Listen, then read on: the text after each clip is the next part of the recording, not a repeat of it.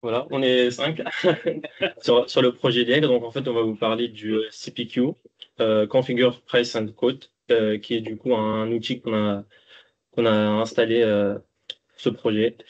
Et je vais directement passer la main à Sylvain pour la présentation de la société. Bonjour à tous. Quelques mots, euh, quelques mots sur Liègre. Donc, on évolue dans un environnement légèrement différent de l'entreprise qui est passée avant nous, puisque nous, on est une maison de création d'architecture intérieure et du mobilier de luxe. On est une maison de luxe qui appartient au comité Colbert, qui a été créé il y a une grosse trentaine d'années par Monsieur Christian Liègre.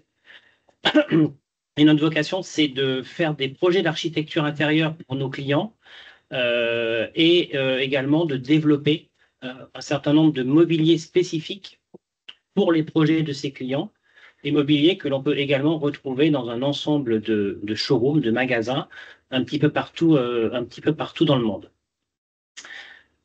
Ce qui veut dire qu'on a en fait deux caractéristiques. J'imagine que je dois appuyer.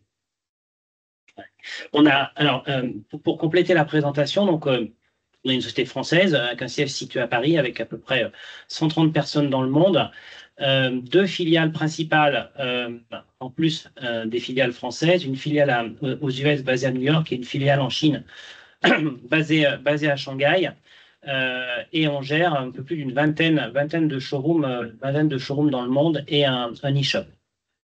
Si on doit retenir deux caractéristiques qui seront, à mon avis, importantes pour expliquer notre besoin, deux caractéristiques de la société. La première, c'est que, comme vous pouvez le voir, on est quand même sur un périmètre international très développé qui nous amène à avoir des problématiques d'harmonisation, d'uniformisation à travers les pays. Ça, c'est une première chose.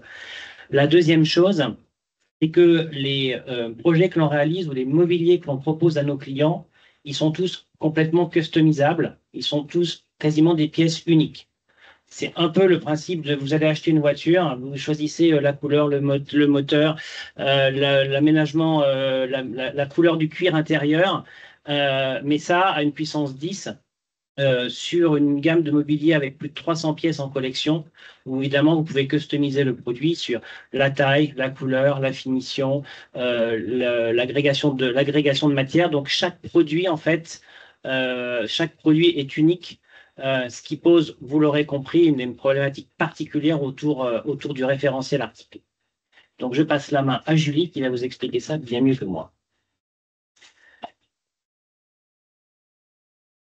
Éléments de contexte avant de passer sur NetSuite, nous avions un système qui était NAV, qui était couplé à une application développée sur mesure pour la maison de Liègre.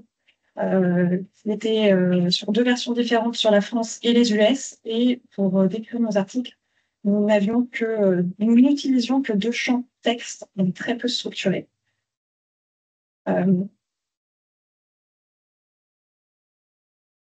Et l'objectif en passant sur NetSuite, c'était d'obtenir un seul et unique ERP avec une restructuration de la base article, avec un catalogue unique France-US, avec des champs qui étaient bien définis pour définir l'intégralité des caractéristiques de notre produit. Donc, que ce soit la dimension de nos produits, les essences de bois, les finitions ou toute autre caractéristique pouvant impacter la configuration, donc, telles que les électrifications ou encore les sélections de cuir ou tissu.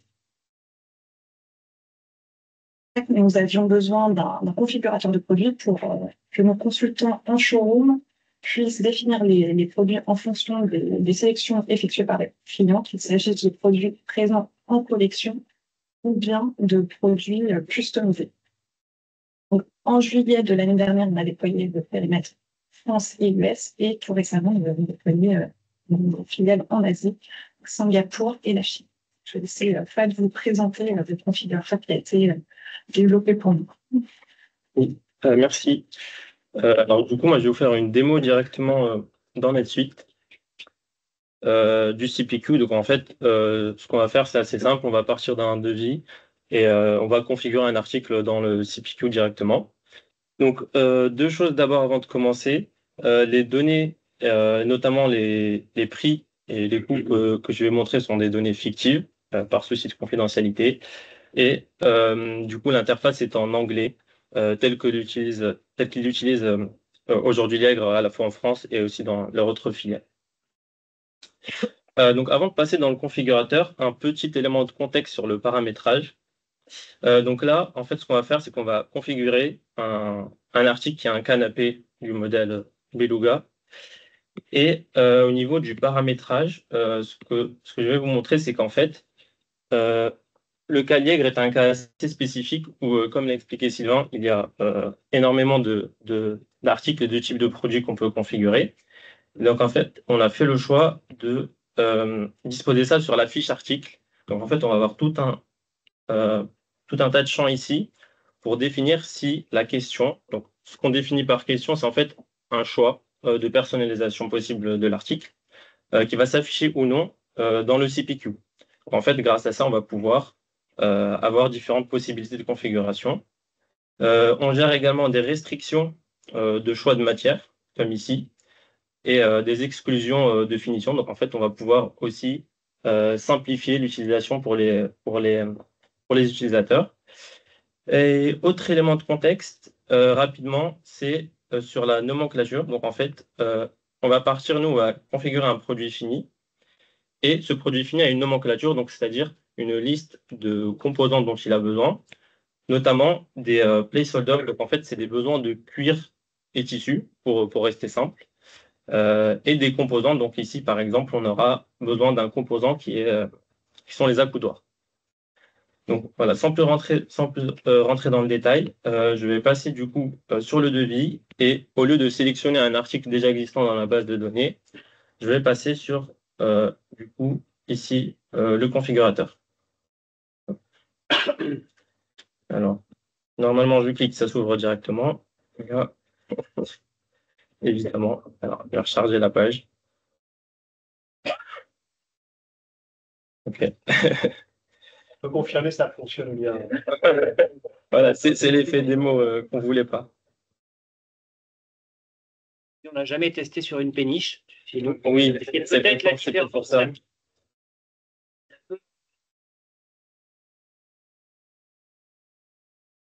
Alors, ce que je vais faire, c'est comme ça. Ici. Là, je ne plus de réseau. Ah, quoique, c'est bon. Normalement, là, ça devrait être bon. Alors, je vais supprimer ce que j'avais déjà fait pour mes tests. Et là, ça devrait être bon. OK, parfait. Donc, dans un premier temps, on a une première section Item Template Definition, où du coup, on va venir sélectionner le produit qu'on va configurer. Hop. Donc là, on va avoir la liste de tous les produits qui va s'afficher, dans laquelle je peux filtrer. Donc là, moi, j'ai mon petit préfixe B-Workshop pour mon article de test, qui est du coup le canapé Beluga. Donc quand je vais le sélectionner, la NetSuite va faire tout un tas de choses. Il va venir dans un premier temps renseigner les informations qu'on peut voir ici de type, de modèle, etc. Et va venir charger toutes les informations qu'on a vues sur la fiche article pour faire le tri, savoir quelles questions afficher, quelles questions ne pas afficher, gérer les restrictions, récupérer le prix de l'article qui est défini et aussi venir charger les informations qu'on a vues sur la nomenclature, donc les besoins de cuir et de tissu. Donc, c'est pour ça que ce n'est pas forcément immédiat, car l'outil va venir chercher tout un tas d'informations. Donc là, on récupère une première information de prix, donc, qui est un prix fictif, comme je l'ai expliqué. Et ce qu'on va retrouver un peu plus bas, au niveau de la configuration, c'est ses besoins en cuir et en tissu, donc, qui proviennent directement de la nomenclature que je vous ai montrée préalablement. Donc là, je vais rentrer directement dans ma configuration. J'ai un choix de tissu pour mes coussins. Et donc, j'ai des quantités en métrage qui sont déjà prédéfinies et qui proviennent de la nomenclature. Donc là, je vais avoir ma liste de tissus qui s'affiche. Hop, je vais en choisir un et vous allez voir que le prix va se mettre à jour automatiquement et de façon dynamique. Donc là, c'est simple, c'est 10 € le mètre que j'ai décidé de mettre, donc ça fait 75 € en plus. Et alors ça, du coup, c'est des quantités théoriques et pour X ou Y raison, s'il y a besoin, on peut changer le métrage du tissu et venir mettre à jour le prix. Donc, je fais pareil pour la suite. Hop, mon tissu numéro 2. mon choix de cuir pour le canapé. Hop, voilà. Et donc, au fur et à mesure, voilà, j'ai un prix qui a augmenté ici. Et vous le constatez aussi ici, j'ai la description en fait, de l'article qui va venir se mettre à jour à chaque fois.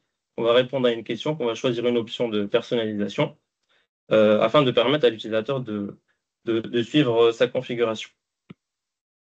Donc ici, on a des choix et vous voyez, on a déjà une réponse prédéfinie. Donc ça, c'est ce qui provient des restrictions définies sur les fiches articles que j'ai montré juste avant.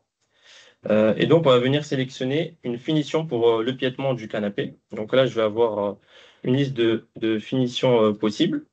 Donc, je vais prendre Barry, qui est la première. Et pareil pour la partie des accoudoirs nécessaires.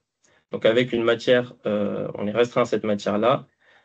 Et je vais choisir une finition en acier. Et donc, là, vous le voyez sur la description, j'ai tout le détail nécessaire. Et je peux rajouter également une option supplémentaire si je le souhaite, ici, par exemple, pour avoir les finitions premium. Ce qui me fait un total de 1 510 € dans mon exemple. Et là, je vais pouvoir, du coup, une fois que c'est tout bon, valider ma configuration.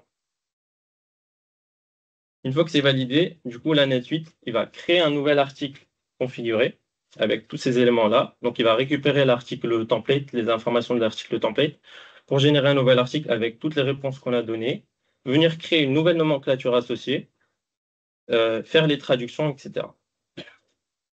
Donc, là, je vais enregistrer mon devis. Hop. Et avant de vous montrer l'édition du devis, je vais juste vous montrer rapidement l'article qu'on a configuré ensemble. Donc là, si je vais sur mon onglet avec tous les champs qu'on a vus tout à l'heure, donc si je descends un petit peu, là, je vais voir dans les champs Configured, ça va être les réponses qu'on a données dans le CPQ. Donc ici aussi pour les accoudoirs, donc le choix de matière et de finition, et également pour les choix des cuirs et des tissus. Donc en fait, ces données-là vont permettre à la fois de gérer l'unicité de l'article dans le référentiel. Donc si demain je fais exactement la même configuration avec les mêmes métrages, les mêmes choix de tissus et de finition, etc., NetSuite va récupérer ce même article pour l'utiliser dans le nouveau devis. Et ça va permettre ensuite d'avoir toutes les données nécessaires pour réaliser les analyses et les KPI dont on a besoin. Autre élément que je vais vous montrer rapidement au niveau de la nomenclature qui a été créée pour cet article. Donc là, vous voyez, on va récupérer les cuirs et les tissus qu'on a choisis dans la configuration avec le métrage qu'on a défini. Et ce qu'on peut voir ici, par exemple, c'est ce composant qui, du coup, c'est les accoudoirs dont on a besoin. C'est un article qui a été créé également. Donc, en fait, nous, on a configuré le produit fini qui est vendu, mais derrière, le CPQ crée aussi des articles configurés pour les composants. En fait, c'est ce qui rend l'outil puissant, c'est qu'en fait, on a plusieurs niveaux sur le CPQ pour configurer les articles.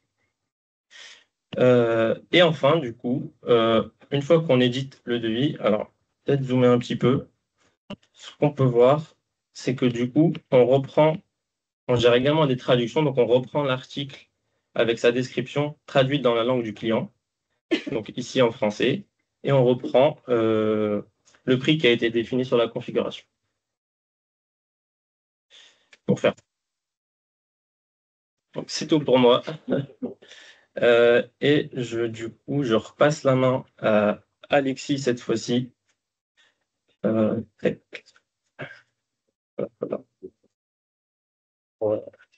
Alors, je vais passer à la slide suivante.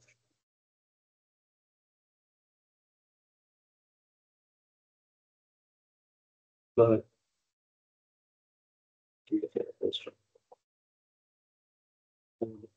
Donc, moi, je vais vous faire un Rex assez rapide sur ce projet hein, qui était également donc, aussi un changement de RP.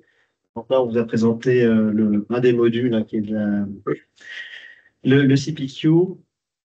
Quelques points d'attention en ce Rex. Je pense que c'est important de préciser qu'il y a un gros travail en amont dans la phase de développement pour préparer les données, pour se poser les bonnes questions et pour aussi structurer notre catalogue produit. Puisqu'en fait, on a une très grande diversité de produits. Ça va du tapis jusqu'au canapé, en passant par des tables basses. Voilà. Et ça, il fallait que le CPQ arrive à gérer cette grande diversité de produits. Et puis, vous l'avez compris, avec une combinaison de finitions et de matières assez importante. Il y avait également aussi une thématique de performance, hein, parce que le devis que vous voyez ici, c'est un devis qui est fait en magasin. Donc, il y a le client en face de vous. Donc, il y avait aussi cette importance de pouvoir trouver à la fois, enfin, gérer à la fois cette complexité, mais également aussi pouvoir avoir une application ergonomique, toujours être en interaction avec le client. Voilà, et là-dessus, Workshop nous a très bien accompagnés, je les remercie pour ça. Nous, ce qu'on en gagne aujourd'hui, hein, finalement, c'est une grande facilité d'utilisation. Hein, les vendeurs dans nos showrooms s'en servent avec beaucoup de facilité. Également aussi les différents équipes de designers qui conçoivent les projets pour nos clients. On a à présent donc des données articles, la référence article qui est structurée, ce qui permet de faciliter les analyses, de mieux organiser la data. Concernant les parties commandes fournisseurs qui me concernent un peu plus particulièrement, enfin, et mon équipe, il y a un gain de temps considérable lors des passages des commandes auprès des fournisseurs. Donc, c'est-à-dire qu'il n'y a plus besoin de compléter les commandes d'achat, plus besoin de faire d'intervention manuelle. Ce qui signifie aussi que le risque d'erreur lorsqu'on passe des commandes il est considérablement réduit, il n'y en a quasiment plus. Et oui, voilà, donc structuré permet aussi donc de faciliter l'analyse de nos ventes et de mieux comprendre ce que nos clients viennent chercher chez nous. Je vous remercie. Merci Alexis. Il reste quelques minutes pour des questions. Je voulais poser une question ou peut-être même sur les cas qu'on a évoqués précédemment. Pour le coup, c'est plein de questions. Une question. En ce qui concerne les systèmes sécurité, comment est-ce que vous les gérez derrière, en aval? Est-ce que vous n'avez pas de soucis un nombre quasi limité d'articles qui sont faits derrière? Comment est-ce que vous managez derrière votre master data? Alors, on peut parler d'analyse plus tard. Aujourd'hui, corrige-moi si je me trompe, je connais pas la limite du nombre d'articles créés dans NetSuite. Mais à l'utilisation, en tout cas, je crois pas qu'il y ait de soucis de performance ou quoi que ce soit lié à la volumétrie d'articles. Après, à l'utilisation, oui. Oui, en fait, on s'est déjà posé la question même pendant la conception. C'est-à-dire parce qu'effectivement, il y a un risque de volumétrie et on a imaginé un processus de nettoyage des articles, notamment des articles qui étaient créés dans des devis qui n'étaient jamais transformés. Donc, on a effectivement tout un listing de use case où on pourrait nettoyer les articles. Aujourd'hui, je pense qu'on ne l'a pas activé. Pas encore, non. Parce qu'on a un an, donc. Voilà. Donc, aujourd'hui, il n'y a pas de besoin particulier, mais on a déjà, pendant la conception, imaginé nos critères de nettoyage de notre base d'articles. Une question. On parle de centaines, de milliers, de dizaines de milliers. Non, ça se compte en milliers, c'est certain. Peut-être pour compléter, je trouve que l'avantage aussi de la solution, comme Fad l'a montré, c'est que quand on se retrouve dans une configuration exactement identique, ce qui n'est pas nécessairement très fréquent quand même, parce que vous avez compris qu'il y a plusieurs, que les choix sont multiples, mais en tout cas, on s'assure que quand c'est exactement la même configuration, on ne recrée pas le produit, ce qui, indépendamment de la création de volume inutile dans la data, nous permet aussi, en termes d'analyse des données et des ventes, d'arriver à agréger des choses qu'on n'agrégeait pas avant. Charge de travail chez des workshops pour fabriquer. Alors, c'est assez important. Alors, en fait, déjà, ce qu'il faut savoir, c'est que dans le fonctionnement natif du CPQ, les paramètres qu'on a vu stockés au niveau de la fiche article sont normalement intégrés dans les logiques du configurateur directement. Des règles qu'on paramètre dans l'outil qui sont beaucoup plus statiques. Et en fait, quand on va faire un configurateur de voiture, par exemple, ou de fenêtre, en fait, l'intégralité du paramétrage est hébergée dans le configurateur. très tôt dans la conception, on s'est rendu compte que ça nous mènerait, cette approche-là, à créer à peu près 400 configurateurs, ce qui est totalement ingérable. Donc effectivement, là où on est allé très très loin, on a poussé dans les retranchements le configurateur pour justement dynamiser, héberger les paramètres dynamiquement sur les articles. Et donc derrière, il a fallu effectivement gérer tout ce moteur-là au sein des questions et des réponses. Donc il y a un travail de paramétrage qui se compte, je pense, en une cinquantaine de jours, je pense, au moins. Plus un travail de customisation quand même il y a du scripting derrière aussi pour absorber ces règles-là. Donc j'ai pas le chiffre totalement en tête, mais effectivement c'est un travail qui est très conséquent. Ouais. Que ça se compte entre une cinquantaine et une centaine de jours, je pense au global. Et à quoi se rajoute le travail en interne qui a été fait, et Julie est là pour en témoigner, sur la préparation des données, parce qu'on vous a dit qu'on partait de données complètement déstructurées. Donc on a fait un peu le grand écart entre des numéros enfin des descriptions d'items qui étaient du texte à quelque chose qui est ultra structuré. La marche a été haute, indispensable, nécessaire, mais haute, qui a nécessité un travail de préparation en interne chez l'IA qui a été particulièrement conséquent, en plus de la charge de développement technique. Sur la façon dont vous faites le pricing, en fait, on a l'impression que tout ce qui change, c'est lié en matière première. Donc, en fait, ma question, c'est vous avez des options dans les fonds, ça change la main-d'œuvre, ça va être plus ou moins complexe. Ça. Et alors, on fait fabriquer, donc on a fabricants partenaires qui nous accompagnent. En fait, on fabrique rien en propre. Et avec nos fabricants, on a des standards de prix suivant le type d'article, suivant donc les dimensions. Et ensuite, donc on vient donc là-dessus, donc on a des prix standards. Et ensuite, en fait, on va venir customiser finalement un article à blanc finalement. Pour un canapé, on va venir y rajouter du tissu ou du cuir. Donc, ça va dépendre du prix de la matière. Dans certains cas, on va avoir des piétements soit en métal, soit en bronze. Bon, là aussi, c'est pas le même prix. Voilà, donc on va venir en fait, c'est une approche très modulaire en réalité de nos produits. La durée de ma... Et donc ça change pas la durée de la manœuvre, tout à fait. Merci. Merci à tous. Je ne sais plus s'il reste quelques secondes ou pas. Moins de 60, non, mais ça sera largement suffisant. C'est juste pour vous dire qu'ici, il y a quelque chose qu'on n'a pas expérimenté, mais qui existe aussi dans NetSuite CPQ, qui est le processus de vente guidée. C'est-à-dire qu'en fait, au lieu d'utiliser les questions sous cette forme-là, on peut aussi avoir un arbre de questions vraiment rédigé en anglais ou en français, dans lequel on va choisir des réponses et on va être aiguillé dans un choix vers un produit, puis ensuite rentrer dans les configurations pré-renseignées avec certains choix qui ont été répondus dans les questions. Donc ça, c'est, je pense, aussi extrêmement efficace, notamment quand vous avez le client avec vous devant le PC. Par contre, il y a encore, cette fois-ci, un travail de paramétrage aussi à réfléchir aux questions qu'on veut poser. Donc, on ne s'est pas lancé dans cette aventure, mais sachez que ça existe aussi dans le produit.